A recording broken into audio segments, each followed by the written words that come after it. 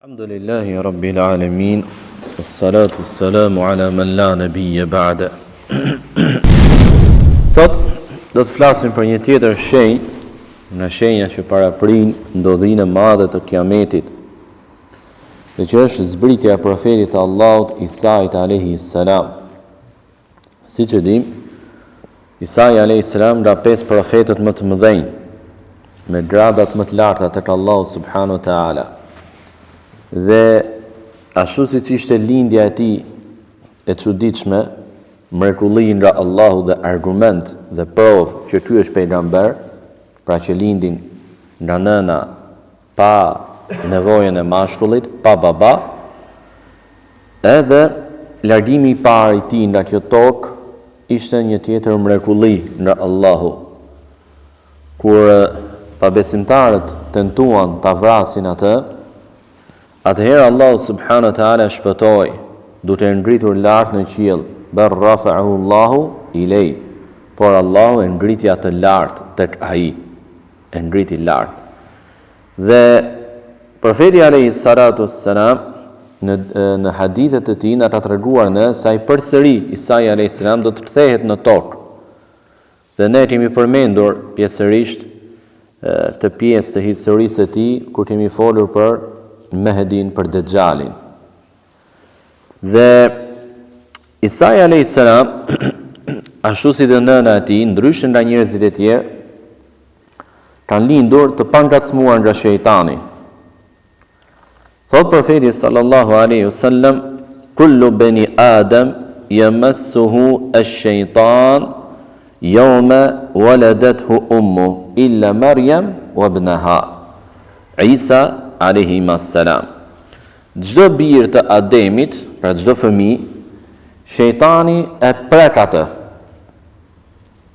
e ngacmon atë në ditën në të cilën e lind nëna e tij, përveç Merjemes dhe djalit të saj. Përveç Merjemes dhe djalit të saj. Cila është kjo mënyrë e prekjes? Në një tjetër hadith, profeti alayhi salatu wasallam na ka treguar se shejtani, sapo lind fëmia, sapo dal nga trupi i nënës, shejtani e shpon me gisht tek pjesa anësore e trupit të tij, si në hije. Prandaj dhe fëmia qan, thot profeti sallallahu alaihi wasallam. Pra kjo është diçka që shkenca, sado që mund të japi teori, e vërteta është tek ajo që ka thënë profeti alayhi salatu wasallam. Pse kjo gjë? Kjo gjë tregon armiqsinë e shejtanit kundra njeriut. Pra që në fillim, në momentet e para që ky njeri vjen në jetë, shejtani më njëherë i kthehet me armiqsi. Prandaj thot Allahu subhanahu wa taala, inna shaytana lakum aduun fattakhidhuhu aduwa. Vërtet shejtani është armik i hapët për ju, i qartë. Prandaj edhe ju konsiderojeni atë armik, në mënyrë që të shpëtojmë. Si ishte ana fizike, pamja e Isait alayhis salam, të profetit të Allahut? Vjen në hadithet profetit alayhis salatu wassalam, që thot, ra'aytu lejle usriya bi laqitu Isa, natën në të cilën unë udhtova, dhe ka për qëllim natën e Isras, dhe të Mirazit që unë gjitë lart në qiell, takova Isën alayhis salam, dhe përshkruan profeti alayhis salam duke thënë, rab'atun ahmaru ka'annama kharaja min dimas. Rab'atun ka për qëllim të tregojë gjatësinë e tij, pra jo tepër i gjatë, por as edhe i shkurtër. Pra një trup mesatar i mirë, që nuk anon tek shkurtësia. Dhe tha më pas, ahmer, tu fjala ahmer, nëse do ta përkthejmë fjalë për fjalë, do të thonim i kuq. Por cili është kuptimi i këtij termi tek populli, tek gjua popullit me të cilin foli profeti alayhi salatu wasalam? Kuptimi është i bardhë, me hi apo nuancë pak si tërkuqe lëkura e tij. Pra jo i bardhë fare, krejtësisht i bardhë, po i bardhë që ka pak hije si tërkuqe, si e zmerë ndoshta. Diçka e tillë. Sikur të ketë dalë nga banjoja. Kuptimi nga banjo nga dushi. themi në kohën e sotme. Pra për të treguar atë pastërtinë e lëkurës së tij, flokëve të tij, pamjes së tij, aq i pastër, aq i hijshëm, si e njëri që del nga dushi, si është, vezullon lëkura e tij. Ka ikur ai pluhuri, janë hapur poret, edhe flokët janë pastruar, shkëlqejnë, sepse ka i pluhuri, yndyra etj etj. I tillë ishte Isa alayhi salam. Dhe në një tjetër hadith profeti alayhi salatu salam ka thënë fa amma Isa fa ahmar ja'dun aridu sadr. Ndërsa Isa alayhi salam, sepse flet edhe për pejgamberët e tjerë kur i takoi në natën e madhe të Miraxhit, thotë ndërsa Isa alayhi salam pra i bardh me atë bardhësi që treguam pra ja'dun. Ja'dun këtu ka kuptimin e, thon dietarët, të një trupi të ngjeshur, të fortë. Pra një trup të ngjeshur të fortë dhe me krahëror të gjerë. Pra njëri me një fizik të shkëlqyer, të bukur. Dhe realisht ishin gjithë pejgamberët e Allahut. Të shkëlqyer në fizikun, aparencën e tyre, në moralin dhe besimin e tyre. Begati nga Allahu për ta që në dynja. Dhe ka thënë gjithashtu profeti alayhi salatu wassalam në një tjetër hadith duke përshkruar Isain alayhi salam, thotë se e pash Isain alayhi salam dhe ndër të tjera thotë nuk kam parë njeri më të bukur me atë ngjyrë. Pra me ngjyrën që kishte Isa alayhi salam, ajo e bardhë me nuancë si të kuqarrëmt. Nuk kam parë njeri që ka këtë ngjyrë, po më të bukur se Isa alayhi salam, jo. Apo që ta ketë të ngjyrë lëkurë më të bukur se Isa alayhi salam, jo. Tek ajo kategori njerëzish që hyjnë me të njëjtën ngjyrë specifik. Isa alayhi salam më i bukurit. Dhe flokët e tij arrinin në supe. Pra i derdheshin dhe preknin supet. Flokët e Isait alayhi salam. Dhe i përshkruan dhe thotë të krehur dhe të lyer, të vajosur. Të krehur dhe të vajosur, pra për mirëmbajtjen, shkëlqimin, pastërtinë, ushqimin e tyre. Siç i trajtojnë sot njerëzit me lëndë të tjera zëvendësuese alternative në vend të flokut. Dhe vaj, dhe thotë, dhe floku i tij apo koka e tij pikonte ujë, pra sikur pikonte ujë është kuptimi. Pra nga ajo bukuria e flokëve të tij. Dhe duart, thotë, i kishte vendosur midis supeve të dy burrave. Në supet e dy burrave dhe po bënte tavaf rreth Ka'bes. Thash, kjo është një ëndër profetit alayhi salatu wasallam. Thash, o Xhibril, cili është ky? Tha Mesihu, djali i Meremes. Mesihu, djali i Meremes. Dhe ndër të tjera profeti alayhi salatu wasallam ka thënë, duke bërë tavafin në Kabe, pash një person me flokë të shtrirë, i cili e mbahi, pra në atë mënyrën që tha më parë, pra që ishte vendosur të dyja duart e tij, të dy supet të dy burrave, pra të djatën të njëri burr të majtën tek supi i burrit tjetër. Dhe koka e tij kullonte apo pikonte ujë. Thash, cili është ky? Më thanë, djali i Meremes.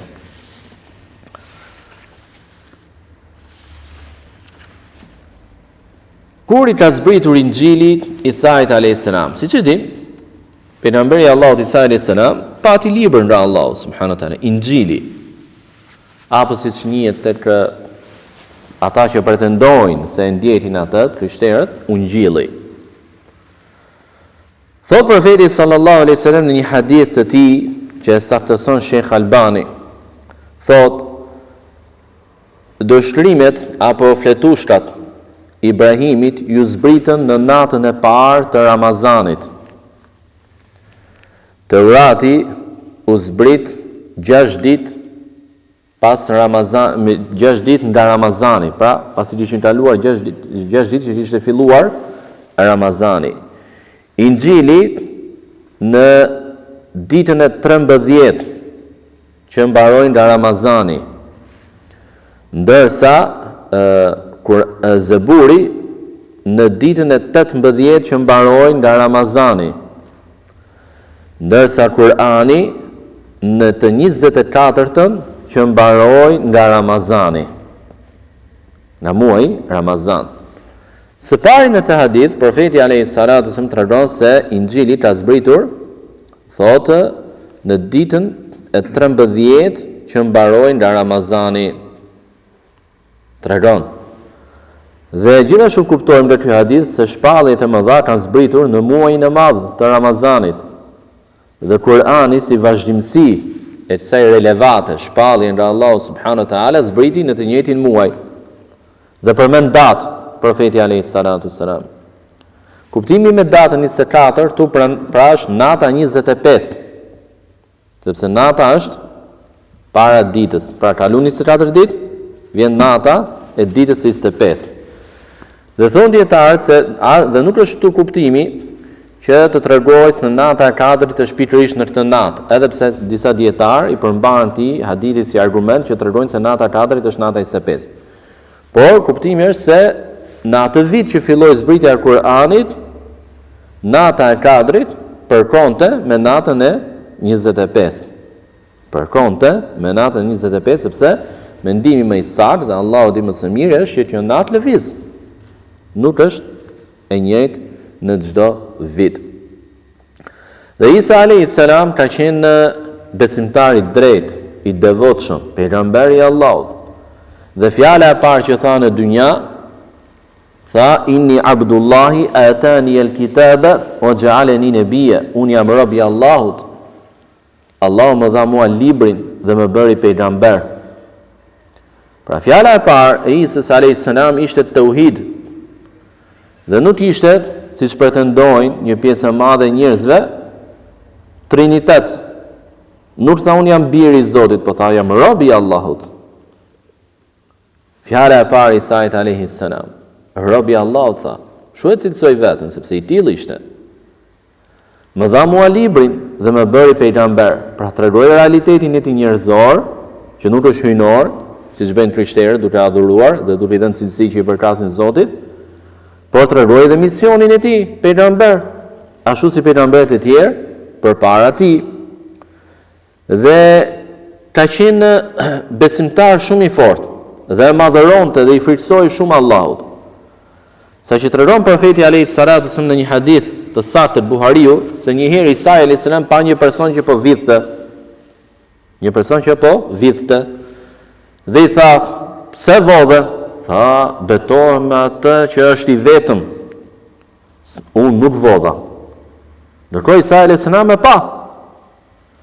Por kur ai erdhi me betim, nga madhërimi i madh që kishte për Allahun, Isa alayhis salam tha, besova Allahun dhe përgënjeshtrova sytë e mi. Besova Allahun dhe përgënjeshtrova sytë e mi. Pra kaq shumë e ndjente madhërimin për Allahun e lartësuar në zemrën e tij. Në cilin vend është aktualisht Isa alayhis salam, ky pejgamber i Allahut? Thot profeti sallallahu alaihi wasallam në hadithin e tij, duke treguar udhëtimin në përqije, në natën e madhe të Isras dhe Mirajit, thot dhe arritëm në qiellin e dytë dhe na than roja i qiellit, kush është? Jam Xhibrili, tha, sepse Xhibrili e shoqëronte Muhamedit alayhi salatu wasalam. Edhe cili është me ty? Tha Muhamedi sallallahu alaihi wasallam. Tha, a është dërguar ai? Po, tha Xhibrili. Atëherë tha, mirë se vjen, merhaba. Merhaban bihi, mirë se vjen, dhe sa ardhës i mirë që është ky. Dhe thot më pas profeti alayhi salatu wasalam, dhe aty pra të qiellit dytë takova Isain dhe Jahjan. Isain dhe Jahjan, të dy janë fëmijë tezësh. Nënat e tyre ishin motra.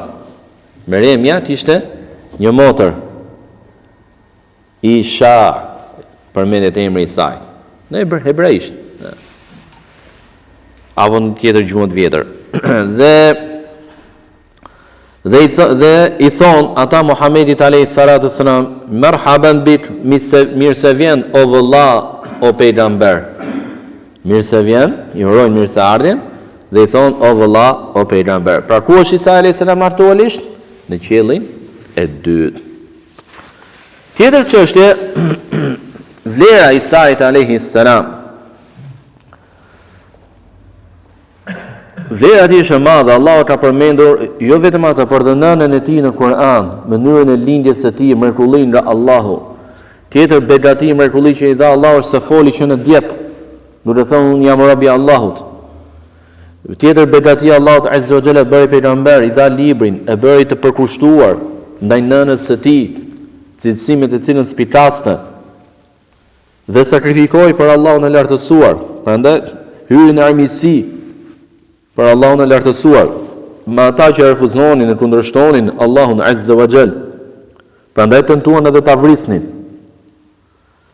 Dhe profeti alayhi salatu wasallam ka thënë: "El Hasan el Husain sayyida shababi ahli al janna."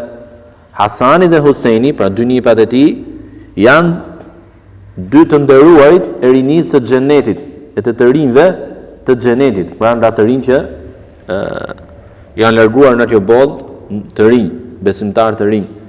Përveç thot dy fëmijëve të tezeve, Isai, djalit e Meremes, dhe Jahjas, djalit e Zekerias. Përveç dy fëmijëve të tezeve, pra sepse nënat e tyre ishin motra si Sham. Pra këta të dy, El Hasan El Husain, në gradat të larta në xhenet, por jo në gradën e tyre, dy të fundit, sepse ata ishin edhe pejgamber dhe ishin të rinj në moshë. Cili ishte qëndrimi i Isait alayhis salam ndaj popullit të tij? Thot Allah subhanahu wa taala na tregon duke thënë, duke treguar fjalën e Isait alayhis salam, "Ma qultu lahum illa ma amartani bihi an i'budu Allaha rabbi wa rabbakum." Kur Allah i lartësuar i thot o Isa, ti i thënë në njerëzve që ta adhurojnë ty dhe nënën tënde përveç meje, dhe Allah e di shumë mirë të gjë, por e sjell këtë bisedë dhe parashtron të pyetje që ne të njihemi. Ai do të thot Isa alayhis salam, unë nuk u kam thënë tjetër atyre përveç asaj që ti më urdhërove ta adhuroni Allahun, Zotin tim dhe Zotin tuaj. Wa kuntu alayhim shahida ma dumtu fihim falamma tawaffaytani kunta anta ar-raqiba alayhim. Dhe sa isha ndërta kam qenë përcjellës i tyre, e pasi që më morë mua, ti ishe përcjellës dhe dëshmues i tyre, ti je dëshmitar për çdo send. Ti je dëshmitar për çdo send. Pra Isa alayhis salam do të distancohet krejtësisht nga ata që pretenduan se ndoqën atë. Por çfarë bën? E hynizuan, e adhuruan krahas Allahut të lartësuar. Dhe dim që i thonë, jo biri i Zotit, herë bëjnë Zot, herë biri i Zotit, e tjerë. Dhe thot në një hadith profeti alayhi salatu wasalam, nuk ka për të ndodhur kiameti, thot, derisa të vinë 30 dëxhalin. Fjala dëxhal mi thënë ka kuptimin e gënjeshtarit, mashtruesit. Pra derisa të vinë në kohë, jo në të njëjtën kohë normalisht, po në periudha kohore të ndryshme, 30. Njerëz të tillë ka shumë. Nuk mbarojnë, shumë ke. Në çdo qytet do gjesh nga një që pretendon sa njeriu mirë, sikur di gajbin e tjerë e tjerë. Por kuptimi është të mëdhenj që kanë bërë fitnë të mëdha, që janë ndjekur nga turma të mëdha njerëzish, që kanë pasur iftar të shumë. 30 thot. Dhe i fundit i tyre al-a'war ad-dajjal, një sysh i dajjal me syrin e mbyllur. Dhe thot profeti sallallahu alaihi wasallam, ai do të shfaqet në tërë tokën, pra do të lëvizë, do të shkojë në çdo vend, përveç el-Haram, dhe ka për qëllim Mekën dhe Medinën, o Beitul Maqdis dhe Qudsi. Edhe Qudsi është nga ato vende ku nuk hyn dot Dajjali. Nga ato vende ku nuk hyn dot Dajjali. Dhe thot profeti alayhi salatu wassalam, dhe ai do të niset për në Quds dhe do të rrethojë atë me një rrethim të vështirë për banorët që janë aty brenda, derisa thot më pas në vazhdim të hadithit të tij profeti alayhi salatu wassalam, dhe në sabah do të vi Isa alayhi salam, i cili do ta vras atë dhe ushtrinë e tij, dhe ne dim që Isa Dejjalin ndër të tjera do ta ndjekin dhe 70.000 xifut në xifutët e Horasanit, saj krahine në Iran dhe në një pjesë të Afganistanit.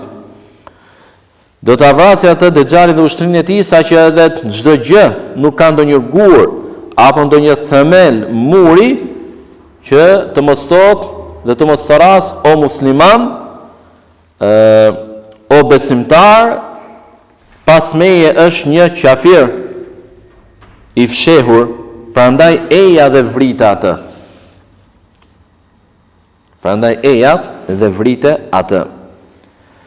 Pra, kur do t'jetë zbritja e Isait alayhis salam, do t'jetë në kohën kur muslimanët do të nisën në luftë kundra Dejjalit. Tjetër gjë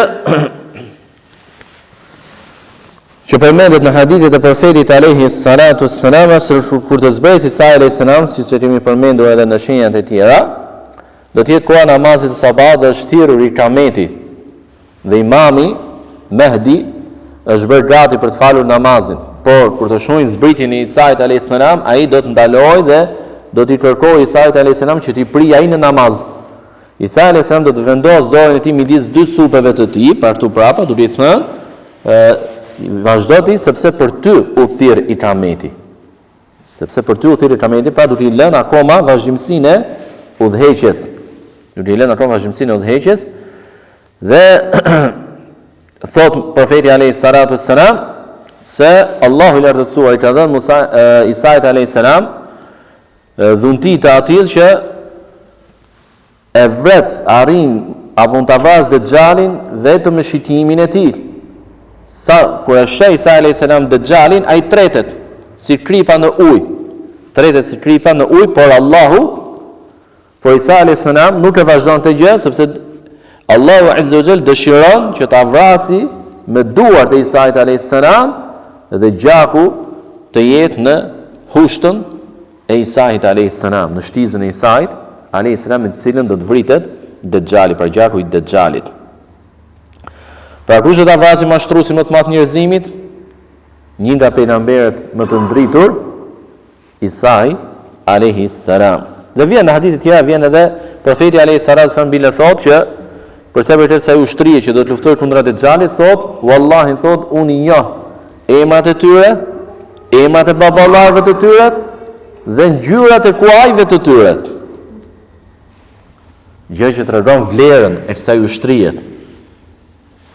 Gradën e lartë që kanë ta musliman që do të jenë pjesë e kësaj ushtrie kundra fitnexhiut më të madh, Dejjalit. I njëjtë emrat e këtyre luftëtarëve profeti alayhis salatu wassalam dhe të baballarëve të tyre, por edhe ngjyrat e kuajve të tyre, gjë që tregon ajo që kemi thënë më parë, se përsëri do të bëhet luftë me atë që është bërë më parë, me shpata, me kuaj. Por se do të jenë vetëm këto armë apo krahas tyre do të jenë edhe armët që ekzistojnë sot, Allahu alem pastaj. Allahu alem e di më së miri pastaj. Dhe kur të mbaroj namazin, siç vjen në hadithet e profetit alayhis salatu wasalam, Isa do t'i thotë muslimanëve, hapeni portën. Do të hapet sepse janë të rrethuar, Edhe ata janë jashtë rrethimit Dejjali me ushtrinë e tij. Do të hapin portën dhe sapo është Dejjali Isai alayhis salam fillon të tretet si kripa në ujë. Dhe kërkon të ikë, dhe Isa e arrin atë Isai alayhis salam në një vend të quajtur Babul Lud, që ndodhet në Palestinë, afër qytetit Haifa sot. Babul Lud është një qytet që është edhe udhkryq. Nga aty nisësh, kalon kollaj në Liban, nga aty kalon kollaj në Turqi e në vende tjera. Dhe çifutët aty kanë bërë dhe masakra në këtë qytet. Akoma ka një pjesë arabe në këtë qytet. Por kanë bërë masakra. Dhe pikërisht në këtë vend, ky do të jetë edhe është një qytet që sot banor ka rreth 70.000 banor. ka rreth 70.000 banor, pra diçka më pak se Elbasani. Dhe ka thënë profeti sallallahu alaihi wasallam, Isa alaihi salam në ummetin tim do të jetë gjykues i drejtë. Pra do të jetë gjykues i drejtë, imam i drejtë, do të thyej kryqin dhe do të therë derin, do të heq xhizjen, do të lërë sadakan dhe nuk përkupohet kush për shatin, për delen, kjo përfshin delen, dhin dhe deven. Thot profeti a.s. do të vijë Isa a.s. dhe do të jetë prijes, udhëheqës i drejt në ummetin e tij, në ummetin musliman. Dhe ndër gjërat e tjera të çuditshme është se nuk do ta marrë xhizjen. Xhizja është një taks që i vihet jo muslimanëve që jetojnë në territorin musliman. Dhe kur paguajnë të xhizjen, ndër të tjera u lejohet që ta mbajnë fenë e tyre. Por në kohën e Isait alayhis salam do të anullohet kjo gjë. Ai do të thyej kryqin duke treguar se është i distancuar nga krishterët, dhe thyrja e kryqit ndër të tjera çfarë tregon? Tregon edhe rrëzimin e akides së të krishterëve, trinitetit dhe paganizmit i dhujtarisë së tyre. Do ta therë derin duke treguar që është musliman me tauhid dhe halalin dhe jo haramin, dhe do ta lërë sadakan, thot profeti alayhis salam, dhe lopën apo delen dhe deven. Cili është kuptimi? Pra do të jetë pasuri aq shumë, mirëqenie ekonomike aq të lartë, sa që nuk do të mblidhet më zakati. Sepse askush nuk e merr, të gjithë janë të pasur. Allahu akbar. Të gjithë janë të pasur, askush nuk e merr. Dhe askush nuk i t'i kërkoj atij që ka bakti, jep zakatin e baktis, më jep mu. Sepse janë të gjithë të pasur, nuk kanë nevojë. Kur i thonë nuk kanë ku të çojnë atë që kanë vetë, e jo më të marrin. Dhe tha profeti alayhis salam, dhe nuk do të ketë më armiqësi, urrejtje dhe zili. Dhe as helm. Pra çdo kafsh helmuse nuk do ta ketë më helmin. Derisa thot fëmia do të fus dorën e tij në gojën e gjarprit dhe do të pësoj dëm. Pra do të luaj fëmia me gjarprin. Do ta kap, do të fus dorën te goja dhe s'do pësoj gjë, s'ka helm. Askush se dëmton tjetrin. Pra as njeriu kafshën, por as kafsha njeriu, sado e egër të jetë. Ajo kafsh. Dhe ujku do të rri me baktit si të jetë qeni ruajtës. Pra ujku do të lëviz midis baktive. As do të jetë lakmi për to dhe as ato frit nga ujku. Pra si ai qeni që është pranë baktive, atyre për t'i ruajtur. Dhe do të mbushet toka me paqe, siç mbushet ena me ujë. Paqe në çdo pjesë të tokës do të ketë drejtësi, do të ketë paqe. Fjala do të jetë e njëjtë, pra njerëzit të jenë bashkuar, do të jenë të njëjtin parim, të njëjtin besim. Dhe nuk adhurohet askush tjetër përveç Allahut. Pra gjithë bota tauhid. S'ka kisha, teqe, sinagoga apo tempuj budistësh e tjerë fare, vetëm xhami.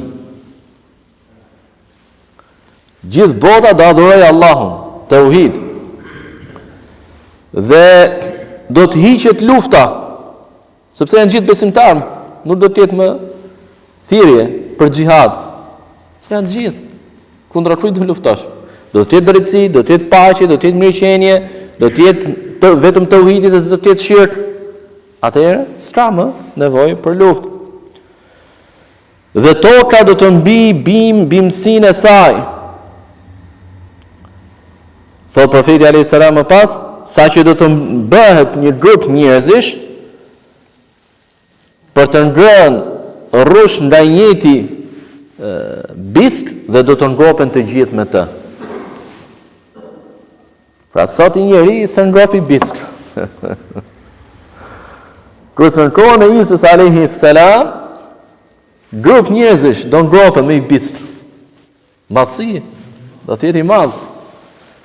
Dhe tregohet gjithashtu në pondër të hadithit se bimësia do të rikthehet si në kohën e Ademit alayhi salam. Do të mbushet toka bimësi, gjelbërim, pyje, bukuri. Ndryshe nga son shkencëtar, do shkatërrohet toka nga smogu e tjerë, do zhduket bimësia filan vit thot, do zhduket, njerëzit do jetojnë kështu, s'do të jetë kështu, s'do të jetë ashtu. Ja. Përfundimi do të jetë që toka do rilulzoj siç ishte në fillimet e saj.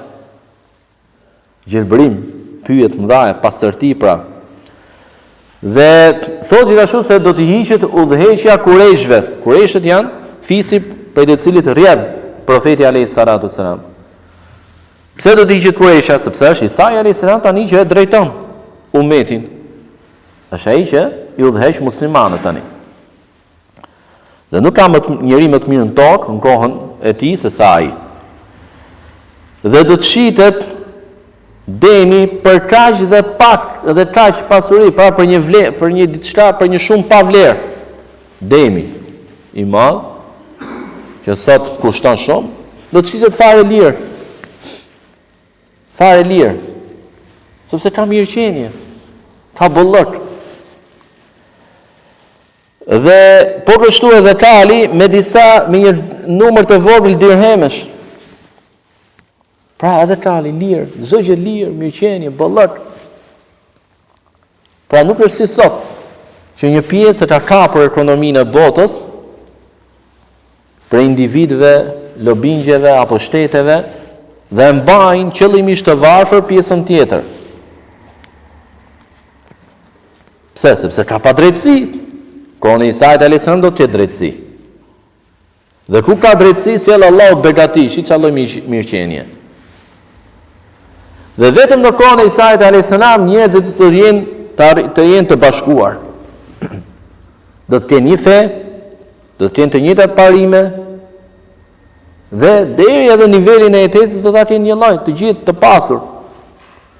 Ndryshe nga që ka disa lobingje sot që përpiqen apo organizatat të krijojnë dhe të thonë të bëjmë fe për njerëzimin, një fe të përbashkët. Abrahimit e thonë. Dhe duan bëjmë bashkë tauhidin me shirkun, islamin, krishtërimin dhe judaizmin, duan t'i bëjmë bashkë. Normalisht që kjo nuk do të ndodhë kurrë. Ata mund të arrijnë diçka, por në fund është dështimi. Dhe vetë ata pranojnë që janë të dështuar. Prandaj mirë për ata musliman, që nëse e bëjnë nga padituria, Allahu i drejtoft.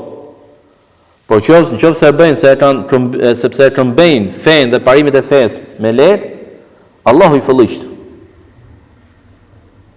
Sepse nuk mjaftojnë me humbjen e tyre, me pislikun e tyre, por kërkojnë të ambushin mendjen edhe të tjerëve, muslimanëve të thjeshtë, të pastër në atë besimin e tyre, i cili i vjen me figurën e hoxhës. Kam bërë shkollën, thotë, si ty, jam dhënë hoxh si ty, kështu është në fe, dhe fillon ta interpretojë Kur'anin dhe Sunetin sipas tekave të tij. Ta janë lloj dëxhalësh, mashtruesish, që kërkojnë të përfitojnë nuk e shitur fen. Dhe hadithi është i saktë, sa thon Sheikh Albani. Isa alayhis salam siç tham, do të zbresi në një vend të quajtur Al-Manaratul Bayda, minarja e bardhë. A ka qenë diçka e tillë, një ndërtesë e tillë në kohën e profetit alayhis salam apo jo? Profeti alayhis salam tregoi se do të ndodhë një ndërtim i tillë.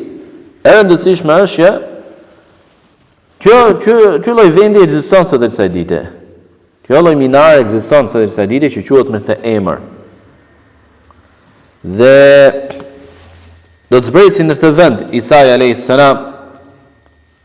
Dhe ka thënë profeti alayhis salatu salam, Nëse mua më zgjatet jeta dhe do ta shpresoj të më zgjatet jeta, thotë që të arrij të takoj Isain, birin e Merjemes. Por nëse vdekja më vjen më shpejt, kush nga ju e takon, le të jap atij selam prej meje. Le të jap atij selam prej meje. Dhe hadithi përcjell Imam Ahmedi në Musnedin e tij dhe saktësojnë dietarët.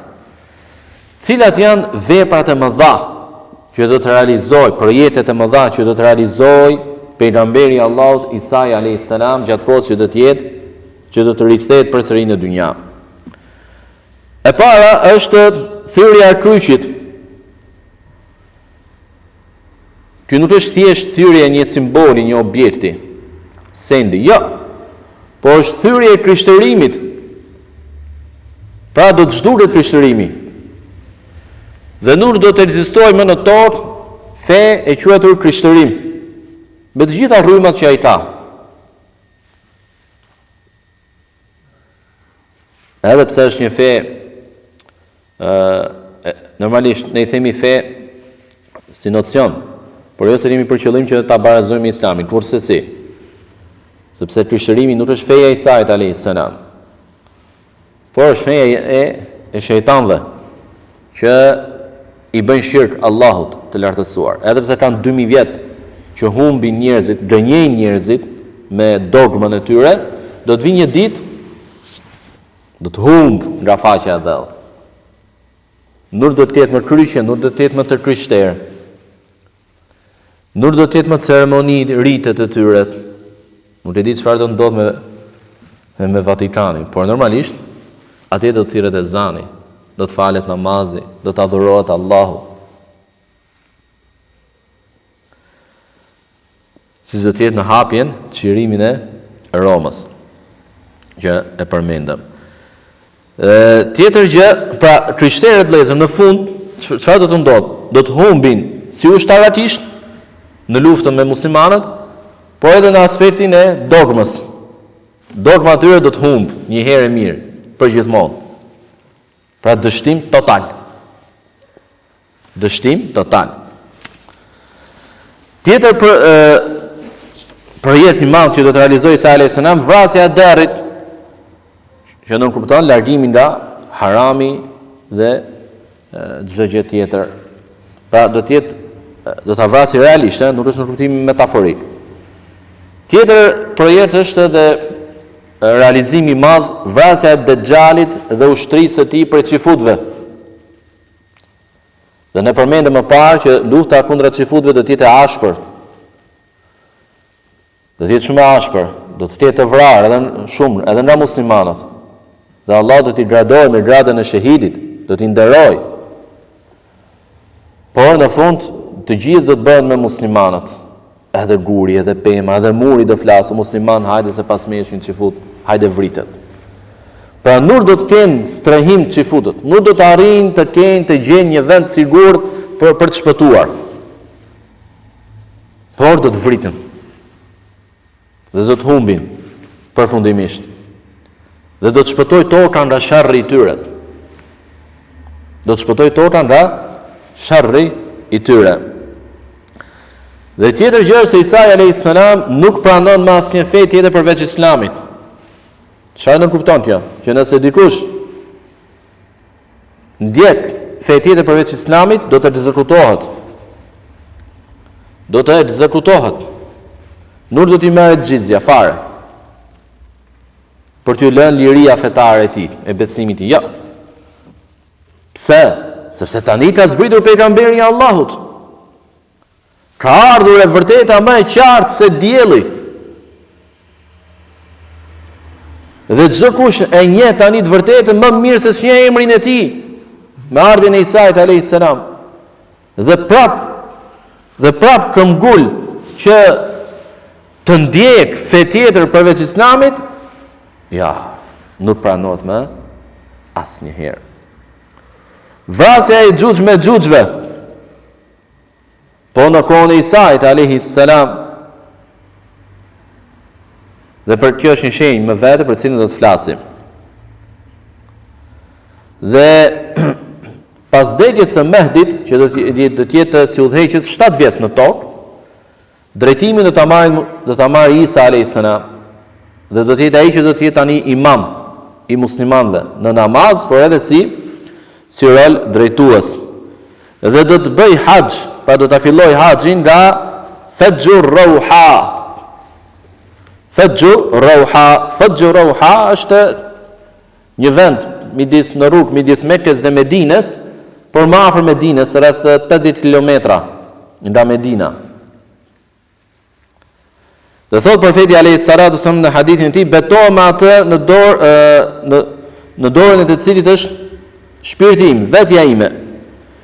Biri e Meryemës do të jap atë telbijen e haxhit, labbaik Allahumma labbaik, pra ajo njëra, në vendin Fajj Rauha, për haxh thot, apo për umre, apo për të dyja. Ose vetëm për haxh, ose vetëm për umre, apo për haxh me umre. Pra profeti alayhis salatu sallam na tregon se Isa alayhis salam do të ndjeli Islamin, do të bëj haxhin, apo umren, apo të dyja. Do të ndjek Kur'anin dhe Sunetin, dhe do të ftohet në Kur'an dhe në Sunet, në hadithet e profetit Muhammad alayhis salatu sallam.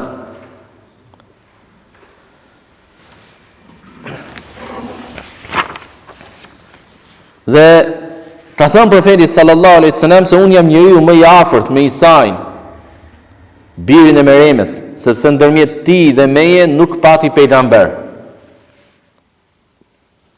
Pra këtu përfitojmë një dobi, cila është dobia që në këtë periudhë kohore, nga ardha e Isait alayhis salam në tokë për herë të parë si pejgamber i Allahut, deri tek Muhamedi alayhis salam nuk ka pejgamber. Tregon. Dhe ai do të zbresë sot, dhe ju kur ta shihni do ta njihni, sepse është me trup mesatar, pra mesatar që nuk ka ndonë tek shkurtësia, po tek gjatësia. Dhe me atë bardhësinë e lëkurës që përmendëm më parë, pra që ka nuanca si të kuqaremt, me florë të shtrirë, sikur koka e tij, flokët e tij kullojnë ujë. Edhe pse nuk ka lagështirë, pra edhe pse nuk është lag, po aq i pastër është, dhe aq i bukur është floku i tij, saqë sikur është i lagur me ujë, ndërkohë që s'ka ujë në trupin e tij, pra nuk është lag. Do ta thyej kryqin, do të vrasë derrin, nuk do ta pranoj me xhizjen, do t'i anulloj, do t'i heq të gjitha besimet, dogmat e tjera, dhe do të shkatërrohen të gjitha ato fe në kohën e tij dhe do të mbes vetëm Islami. Dhe thot profeti alayhis salatu wassalam ndër të tjera se në kohën e Isait alayhis salam do të ketë siguri, paqe, thot. Derisa luani do të kullos bashkë me deven. Pra, aty ku kullot deveja, aty do të jetë dhe luani. Aty do të hajë, do të gjej ushqimin e tij dhe luani. Se çfarë qysh tet Allah ala. Sepse deri sot ne mi pa që ha vetëm misht. Por përderisa kashve helmuese si gjarprimi do të hiqet helmi, atëherë do të ndodh ndoshta ndryshim edhe në trupat e tyre, në sistemin e tyre të ushqimit. Dhe tigri me lopën, pra dy krijesa të kundërta, që i frikson, që njëra ka frikë nga tjetra. Ujku me bartin, fëmijët do të luajnë me gjarprind, pa e dëmtuar njëri tjetrin. Dhe do të mbes në tokë ai sa dëshiron Allahu, dhe kur të vdes ai, Isa alayhis salam, muslimanët do t'ia falin xhenazën, thot, dhe do ta varrosin. Lind pyetja, sa kohë do të qëndrojë Isa alayhis salam në tokë? Thot profeti sallallahu alaihi wasallam, fayamkuthu fil ardi 40 sana, thumma yutawaffa fayusalli alayhi almuslimun. Do të mbes në tokë 40 vjet, pra pasardhjes së dytë, 40 vjet, që ishte pyetja djem. 40 vjet. Më pas do të vdes dhe do t'ia falin xhenazën atij muslimanët. Gjithashtu thot profeti alayhi salatu wasallam duke përshkruar Isain alayhi salam dhe zbritjen e tij, se do zbres në vendin e quajtur Minarja e Bardhë, në lindje të Damaskut, pra që ndodhet me dy rroba, pra ka në trupin e tij dy rroba dhe mënyra që përshkruan rrobat tu, rroba me një ngjyrë të verdhë të zbehtë. Pra jo të bardha krejtësisht. Të rroba të Isës alayhi salam, dhe kur ai e tund kokrën e tij, dalin prej flokëve, bien nga flokët për hapet në këtë mënyrë, si me thënë zara apo kokrat në formën e kokrave dhe të zarave prej perlave. Dhe çdo qafir që ndjen frymën e tij vdes, nuk e duron dot.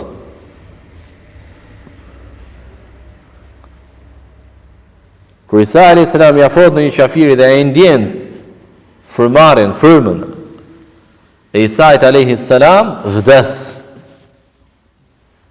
La ilaha illallah. Nuk e duron dot. Dhe fryma e tij shkon ku arrin, ku përfundon shikimi i tij, thot profeti alayhis salatu wassalam. Fryma e tij shkon ku përfundon shikimi i tij. Më pas Isa alayhis salam do t'i afrohet disa njerëzve të cilët Allahu i ruajti nga fitnja e Dejxhalit. Do t'u afshi atyre fytyrat dhe do t'u tregoj për gradat e larta që do të kenë në xhenet. Pra do t'u afshi fytyrat në formë dashamirësie për ta që shpëtuan nga fitnja e Dejxhalit, për imanin që treguan, për atë besnikëri me Allahun që patën, nuk e tradhtuan Allahun, nuk e lanë tauhidin, rezistuan, edhe se përjetuan fitnë të madhe, rezistuan. Pra në formë, pra si ai që përkujdeset për ta njerëz me dashamirësi, me njerëzillëk, me mëshirë, duke e bërë të veprim nga fytyrat e tyre dhe duke u treguar gradat e larta që do të kenë të tillët në xhenet. Kjo është pra ajo që mund të themi për Isain alayhis salam. Elusim Allahun azza wa jalla që na bashkojë në xhenet me të dërguarit e tij. Na japi neve sukses të ndjekim rrugën e të dërguarit të fundit, Muhammedit alayhis salatu wassalam. Dhe të na ruaj neve nga çdo fitnë. Subhanakallahumma bihamdik, ashhadu an la ilaha illa anta astaghfiruka wa atubu ilayk.